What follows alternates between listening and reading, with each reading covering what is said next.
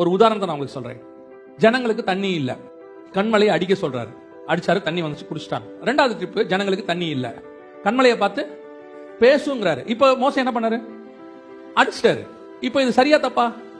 தப்பு. ஆனா தண்ணி வந்துச்சா இல்லையா? தண்ணி வந்துச்சு.